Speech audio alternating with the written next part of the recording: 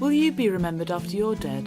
The Zedless Deadless podcast about obscure people from history with me, Iszi Lawrence. It occurs to me I have a weird job. An unusual job, perhaps. I still earn the majority of my income travelling the country, making people laugh. Drunk people laugh, so it's quite easy. I do other things. I also teach people how to be funny, and not just people, really, academics. I teach them how to do interesting presentations on their research, and that's been going quite well. So much so, I'm thinking of expanding it to other. Anyway, this isn't about business. This is about history. There are some weird businesses and rackets in history. I was listening to Dan Carlin's latest episode about torture and how executioners were shunned by society, so much so that they couldn't marry anybody outside executioner families. So you sort of have this other race of executioners in Europe because they could only marry their own kind. And it wasn't just executioners which had the untouchable status. This episode is a recording of Bob Mills at the British Museum BP Lecture Theatre talk about probably one of the weirdest jobs in history, and an untouchable job at that. What I love about this talk is it is directly connected to his life and his family. He talks about his Nanana, which is his grandmother's mother. His Nanana? He never goes Nanana Batman, but if you ever are stuck doing a very weird job like trying to teach a computer scientist how to do a really clever dick joke, and wondering how your life choices went wrong somehow, well, at least you don't have a job of the past. And this particular one, which sounds dead scary, is that of a sin eater. Who's supposed to follow that? And slides and education.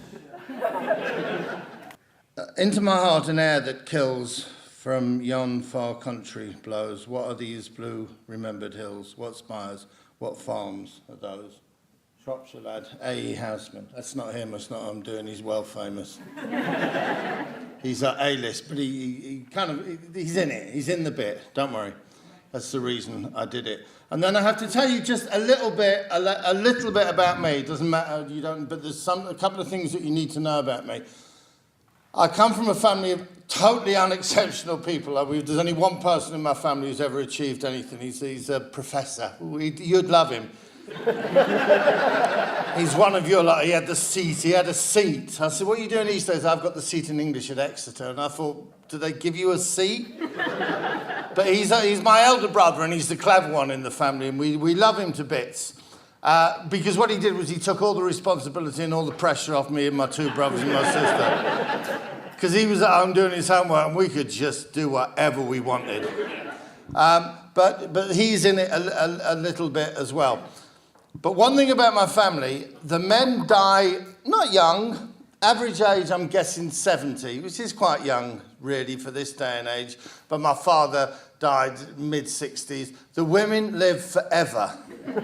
Okay? It's embarrassing that I had to write this down, but I wanted to get it stressed. My mother was born in 1936. She's 80 and fit as a butcher's dog, all right? She goes all over the world. She winters in Benidorm. I promise you, every November, she gets a flight. The flights are more expensive now than the accommodation because of the insurance that EasyJet put on things. But she goes to Benidorm and she gets a flat. You know, if I was going to say, when you go to Benidorm. You know when your cleaners go to Benidorm on their holidays, right? If you go to Benidorm, you can rent an apartment there, and I suppose high season, maybe £500 for a week or something like that. I don't know. My mum and her mates go there and they rent them for £120 a month. And they live a lovely life. In November, December, January, and she comes back in February, because what she does is she wakes up about 6 in the morning and the sun's come up, and she has what old people have, a piece of toast and a cup of tea. And then she goes for a walk and she reads, and they meet up, about 5 or 6 northern women, and they have lunch. They eat as much as you like, never spends more than a £5.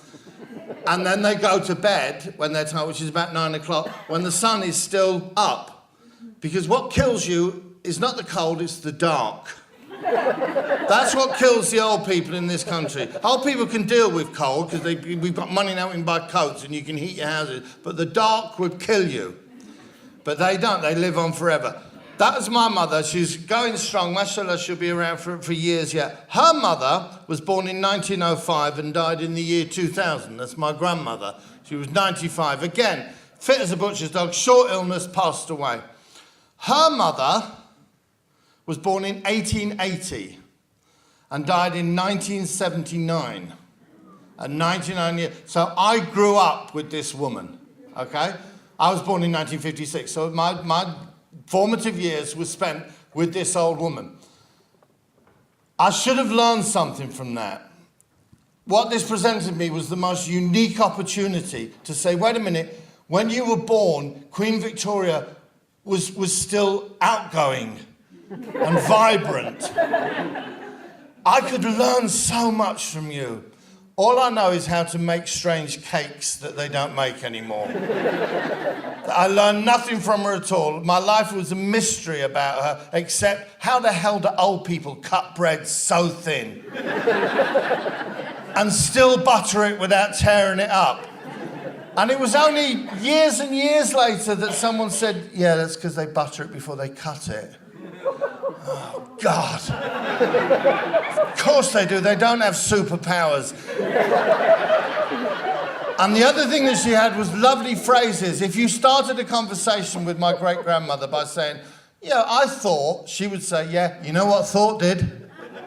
Followed a muck cart, thought it was going to a wedding. Which sounds like nonsense. Until, like me, you're in your late 20s, married with children, and you go on holiday to Somerset and find yourself in a country lane behind a muck cart. And think, of course, once animal excrement has dried in the sun, it goes long and loopy in its beautiful greens and purples and spangled colours, and the sun hits it, and it looks for all the world like you're on your way to a wedding. So that's what that phrase means. That's all I learned. My brother, on the other hand, because he was cleverer than us, saw this woman as a font of all knowledge, which cost him dearly. She lost respect for him completely because of this. When he was doing his... they weren't A-levels back then? You had CSEs. Yeah, it was A-levels, wasn't it? You did CSEs and then GCEs. Anyway, he was studying.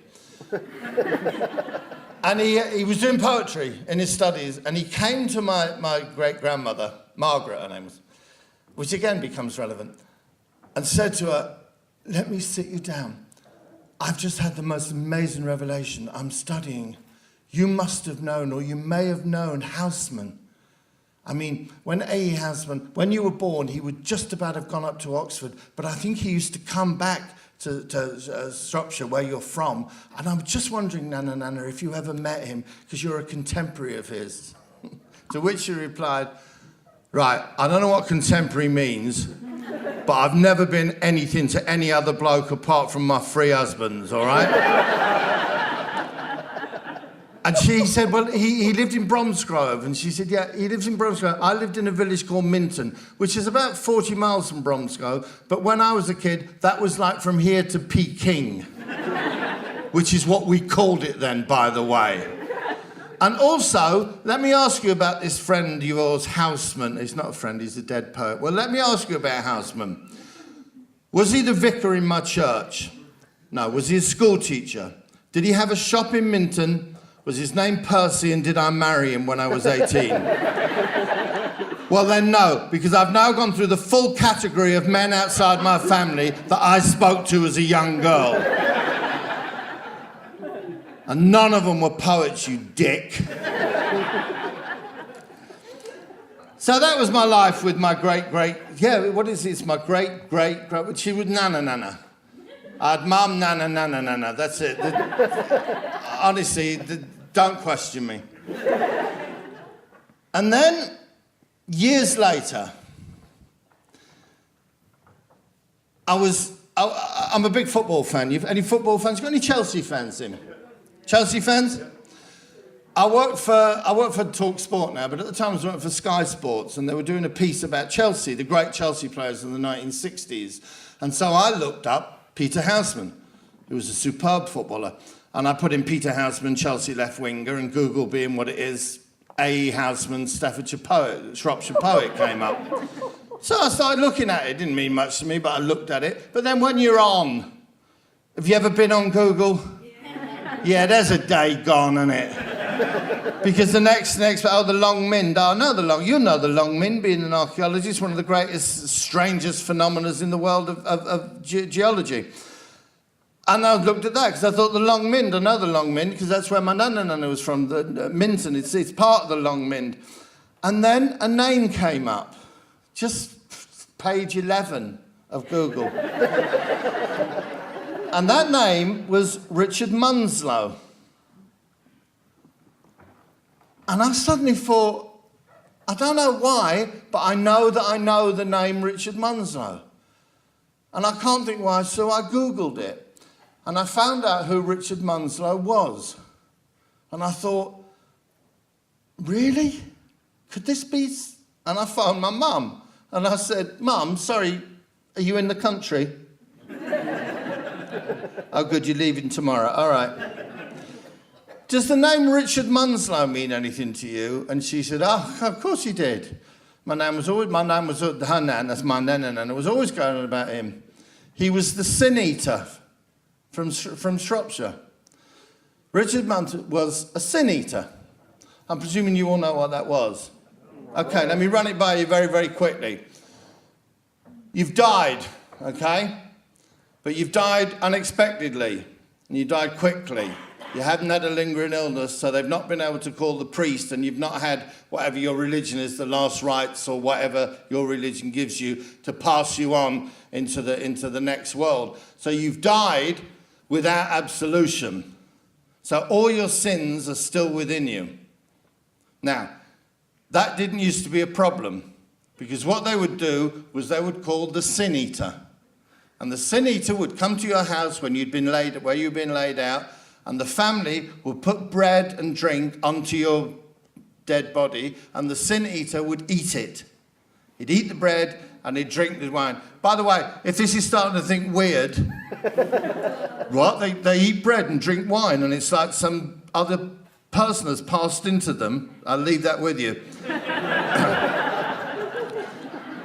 He would eat the bread, he would drink the wine, and he would say a little prayer. Be gone now, dear friend. Don't come anymore to these lanes or hills.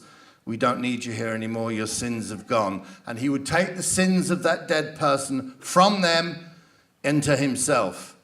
And you would then be able to be buried, and you would be in absolution. You would be in a state of grace, okay? And they weren't popular people. We got any fans? Have we got any Patrick O'Brien fans? Well, you'll know that in the Matcher and Aubrey novels, in the very first, in Master and Commander, they find out that one of their shipmates who's been press gang is a sin eater, and they make his life a misery. Because you don't want these people around you, because by definition they are walking around not just with their own sins, but with the sins of maybe 500 or 600 people, however successful they were in their industry, sort of inside them. So the sin eater. So I find out just from this that Richard Munslow was a sin eater. And then I'm further talking to my mum and my nan, who's still alive at this point, that not only were they aware of him, they'd seen him at work.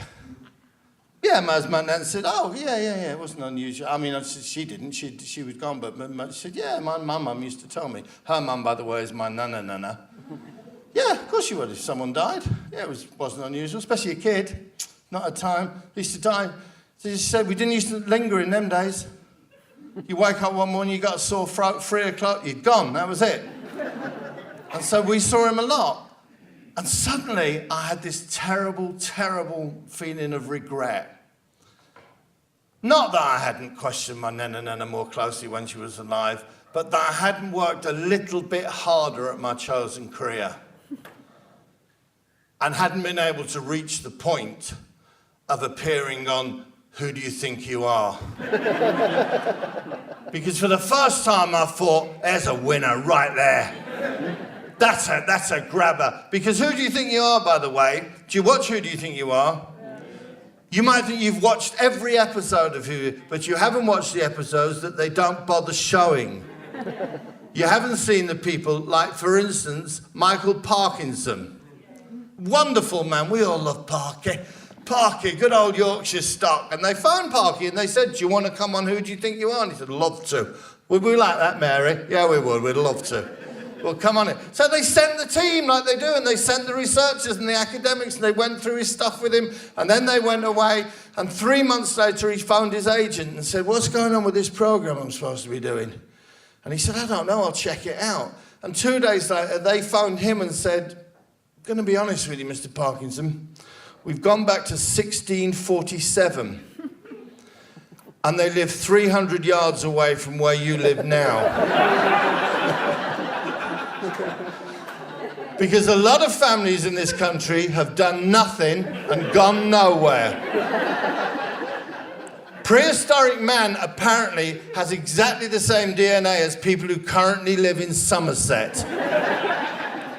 We are not a nation of people that have had big adventures and had things happen to us. We are, apparently, in my case, a nation of people who have had experience and knowledge and people who have met sin eaters. By the way, Richard Munzer is dead now. Of course, he died in the first part of the 20th century, and he's buried in Rattling Hope. St. Margaret's Church, Rattling Hope. If you're ever in Rattling Hope, pop into the graveyard of St. Margaret's Church. They had a little fund. They raised £1,000 and did his gravestone up because they're quite proud of it now. It's like a Disney thing now. I'll come to the church. We've got no windows to speak of and no one famous. We've got no bones of any saints, but we have got a man who you might be interested in. And this is him lying there. He's buried in the Church of St. Margaret, who, by the way, is the patron saint of dying people. Did you know that? She's the patron saint of childbirth, dying people, peasants, exiles, the wrongly accused. This list goes on. I thought there were more saints than that, but no, apparently they have to shove a lot of them into a lot of things. And then the last conversation I had was with my brother Colin, the academic, bless him. It was when I did this for the first time. The first time I did this. This wonderful thing. This is, by the way, Iszi, I think this is the most wonderful concept I've ever come across in all my years doing stand-up comedy. And I was doing William Huskisson. Remember William Huskisson? Do you know William Huskisson? It doesn't matter, it's not part of this.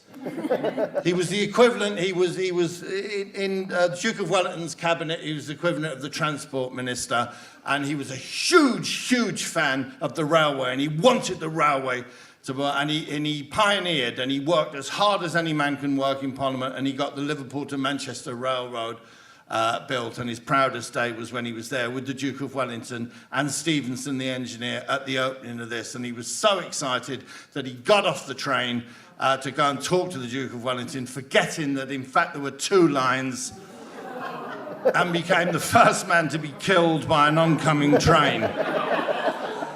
But that's a separate point. After I'd done that, I spoke to my brother, the clever one. And I said, I did this thing. It's really, it's amazing. Yeah, I did. And he said, who did you do? And I said, William Huskisson. And he said, first man to be killed. And I said, shut up.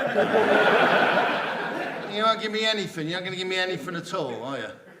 And I said, I'll tell you what, thinking about it, I wish I'd done this guy. And he said, I wish you had, and I wish you'd have asked me about it. And I said, why? No, didn't even like you. He said you were a dick. And he said, no, but I did sit and talk to her. And not only was Richard Munslow a person that she was aware of, and not only was Richard Munslow a person she'd seen in action, Richard Munslow actually ate bread off my great-grandmother's mother and father and her 3 sisters who died young of cholera. So not only do I know about Richard Munslow, I'm related to people whose sins he carried to his grave. Stick the man in there. Thank you. I still think the word sin eater sounds not only like EastEnders in the 90s, but also very Harry Potter-like. And I'm very glad I've never had to eat food of a freshly I was going to say moan corpse then. I don't think they shaved him. I don't know where did that come from, Izzy? That was the fantastic Bob Mills speaking at the British Museum. Big thank you to the British Museum. You can, of course, catch up with the British Museum Membercast. That's right. That is the podcast that I do for the British Museum, where you can catch up on some of the lectures there. And yes, so please keep listening to the Z-List Deadlist podcast. Obviously not this episode because it's about to end. But slick, Izzy. Very slick. We'll be back in a few weeks. Until then, please do like the Facebook page. Share this episode as much as you can with your friends on social media. Please leave us a review on iTunes. I know you think, I didn't need to do that. Somebody else will do that. No, do that. Do that. Please. It brings people to the podcast. It makes me want to work harder and put more out there. Yeah. So please do that. Any feedback, do email deadlist@hotmail.co.uk. And yeah, get in touch via Iszi.com. That is ISZI.com. Other than that, I hope you have a brilliant end of February, and hope you had a good pancake day, Valentine's Day. It all happens in 2 days. It's like the best time of year. Chocolate and pancakes all on the same day. Well, within 2 days of each other, but it's pretty good. I don't know what all this talk of people dying is making me hungry. Maybe I've missed my vocation.